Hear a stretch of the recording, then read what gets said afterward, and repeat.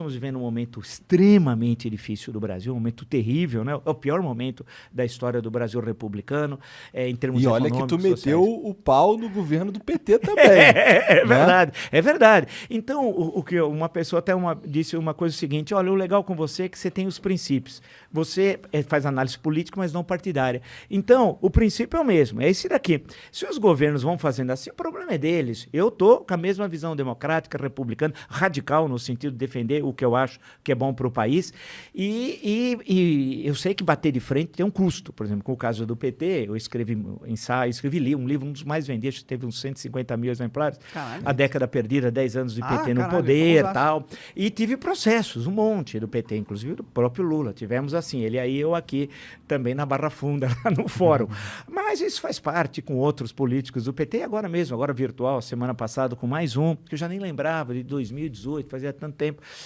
Mas isso faz parte. Quando é uma discussão assim, no campo, vai no campo das ideias, tal, e por alguma razão eles recorrem à justiça. Agora, já a questão do bolsonarismo, o bolsonarismo está fora do campo democrático. O Bolsonaro é nazi-fascista sem o saber, porque ele é preguiçoso. Eu chamo de mandrião. Mandrião é uma palavra mais educada para falar vagabundo. Então, ao invés de você falar vagabundo, fala mandrião. Mandrião acho que eu tava nos desenhos do Vagabundo não Pica-Pau. vai entender, né? Então é uma palavra que também é em desuso, mas porque aí ele, ainda bem que ele não lê, não estuda, não escreve, né? Tem problemas cognitivos seríssimos. É um aluno da terceira série do Fundamental 1, né? Ele mais ou menos está ali, na terceira série. E aí com ele a barra é pesada, é paulada, é pancada com essa turma que pressiona, que ameaça de morte, né? Então você precisa fazer o boletim de ocorrência. Ao mesmo tempo, pega lá e a Letícia acompanha isso pela internet, o sujeito manda o modelo para entrar com ação na justiça. Então, por exemplo, a mesma questão em 25 lugares diferentes do Brasil. Então você pega um cara entra com processo no Acre, um no Rio Grande do Norte, outro no Rio Grande do Sul, outro no Mato Grosso, outro em Minas Gerais. Só que agora A finalidade é encher o saco. encher o saco e censurar, né? Criar um incômodo e falar, olha, toma cuidado aí. Então eu ganhei, quer dizer, o meu advogado, doutor Alexandre Fidalgo, que ganhou, dessas 20 e tantas em relação só a essa questão, já 17 foram julgados e foi ganhando as 17. Alguns juízes até decidiram, usando a expressão assédio judicial, né? E aí é um meio de tentar coagir, de censurar. Mas eu vou levando sem nenhum problema e vamos em frente. O importante é a gente ter princípios, né? Defender a ordem republicana, combater a corrupção, defender que o Brasil... As nossas 4 últimas décadas foram um horror. Eu peguei um outro momento, não de vocês, da história econômica do Brasil, que o Brasil crescia a ritmo chinês. O Brasil cresceu a 10, 11, 12, 13% ao ano. Tal. Então, entre 1930 e 1980, durante 50 anos, meio século, o Brasil foi o país que mais cresceu no mundo ocidental. Nós perdemos o caminho nas últimas 4 décadas. E essa que terminou agora, em 31 de dezembro do ano passado, foi a pior das 4. O 2015, 2016 foi um verdadeiro horror em termos econômicos. Então, você cai a renda per capita, a expectativa de vida, e o país fica parado. Nós estamos parados, né? O mundo inteiro está se recuperando, se desenvolvendo, e nós aqui estamos assistindo. Você vê a população cresce do Brasil 0,8, que é muito pouco. Quando eu fazia ginásio, nem existe mais ginásio, seria o Fundamental 2, né? No caderno, no verso, tinha um mapa do Brasil e o crescimento era 3,2. Você imagina, e o pessoal achava legal, era uma loucura crescer 3,2 por ano o crescimento da população. Hoje cresce 0,8. Se o país no ano que vem crescer em torno de 1, não vai passar disso, 0,8, é igual ao crescimento demográfico, ou seja, nós estamos estagnados. Então é um momento terrível que nós estamos passando, de estagnação econômica, inflação, essa combinação inflação e estagnação, a chamada estagflação, aí é um horror, né?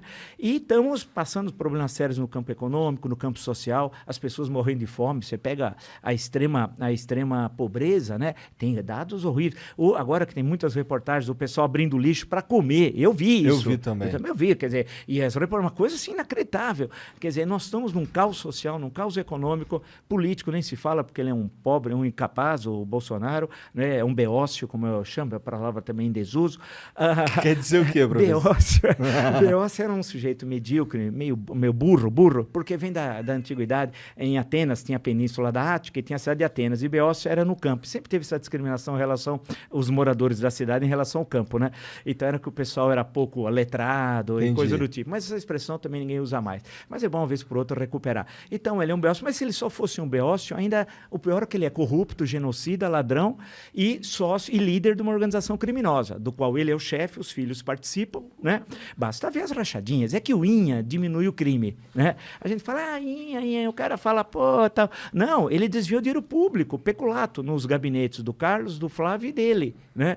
E fez isso durante anos. Porque... Ele é meio ladrão de galinha nesse sentido, né? Porque ele não tinha presidência da República. Então, dá trabalho. Pensa o seguinte... Porque ele era burro, né? Não, ele não era político eficaz para estar mas dentro era o máximo dos que ele... esquemas. Mas era, não tinha... Então, o que ele ficava... Você imagina, dá trabalho. Vamos ler o lado positivo do corrupto. Porque você precisava depositar no envelope 1.200 por vez, aceitava o caixa da Assembleia. Pô, você faz não sei quantos envelopes, dá certo o trabalho, né? Você tem de cobrar o assessor que não trabalha. Foram 102 familiares. Ele é uma pessoa ótima, um bom cristão, 102, né? Dele e da segunda mulher, que é uma senhora também de reputação ilibada, uma grande pessoa também, que com ele, durante o casamento, cerca de 10 anos, comprou 14 imóveis. Só que não bate, né? Se você pega os rendimentos dela e dele, como é que eles compraram 14? É o peculato, é o rachadinha, que eles tinham, lavavam dinheiro com imóveis e tal.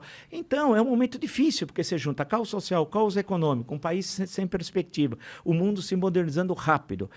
O Bolsonaro na presidência, não temos lideranças políticas sólidas, alternativas, né? E, por outro lado, nós temos uma sociedade civil orgânica, especialmente os mais jovens, extremamente dinâmicos economicamente. Então, há uma fratura, um racha entre uma sociedade, especialmente dos mais jovens, economicamente super dinâmica. Você pega esse negócio de Facebook, você fala, todo lugar tem brasileiro, se você for examinar. E, do outro lado, uma estrutura política do século XIX. Quer dizer, a sociedade está no século XXI e a política está no século XIX. Então, não dá, né? Eu acompanho por obrigação, não por prazer, as sessões do Congresso Nacional, da Assembleia Legislativa, eu fico abismado com os caras, a mediocridade. Outro dia, um cara de Santa Catarina, deputado federal, pegou e falou, Mato Grosso do Sul, ele falou, é região sul, porque ele é sul. Aí alguém falou, não, é centro-oeste, porque tem o Mato Grosso.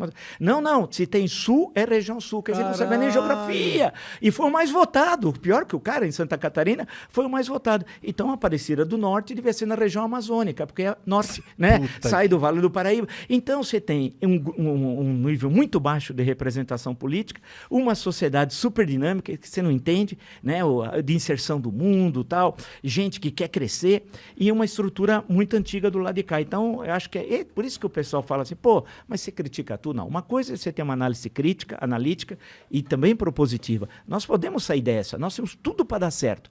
Né? Tem coisas que desde quando eu era jovem, faz tempo, as pessoas falavam assim, o Brasil, por exemplo, não tem deserto, não tem terremoto, não tem isso, tem aquilo. É verdade. Meu pai era um cara que falava isso. É verdade. Não, é verdade. Se você olhar o Brasil, que é quase que um continente, você não tem muitas montanhas que interrompem a circulação das pessoas. Nós temos um monte de rios para aproveitar, não para o transporte, para utilizar a água que usa para as usinas, etc, ou para irrigação, depende das circunstâncias, que nós temos tudo. Temos um povo dinâmico, não temos aquela coisa, em alguns países da Europa, por exemplo, que tem aquele ódio secular religioso. Aí você vai perguntar para o cara, mas por que você não gosta? A Bósnia não gosta lá do sujeito da Sérvia. Porque em 1340... Você fala, mas eu não entendi. Em 1340, pô, mas no século XIV, quer dizer que o problema, eu pensei que era um problema de ontem, não, o problema dele é quer dizer, alguém que arrasta 6, 7 séculos, imagina o ódio acumulado, que isso passa de avô para o filho, depois para o neto. Então, nós não temos isso aqui. Temos uma unidade linguística que é super, que outros países não têm, nós temos também. Então, temos todas as coisas para dar certo. Agora, a política é que amarra a economia. Então, é o que nós precisamos resolver. Em 18, muitos imaginavam que a nova política fosse essa turma, o Bolsonaro fosse da nova política. Tem que ser meio burro para acreditar nisso, não mas tem, teve professor? gente que acreditou. O cara que foi 28 anos parlamentar em Brasília e 2 no Rio, né? Que ele era o novo, ele era o velho. Mas uma parte da esquerda brasileira também é o velho.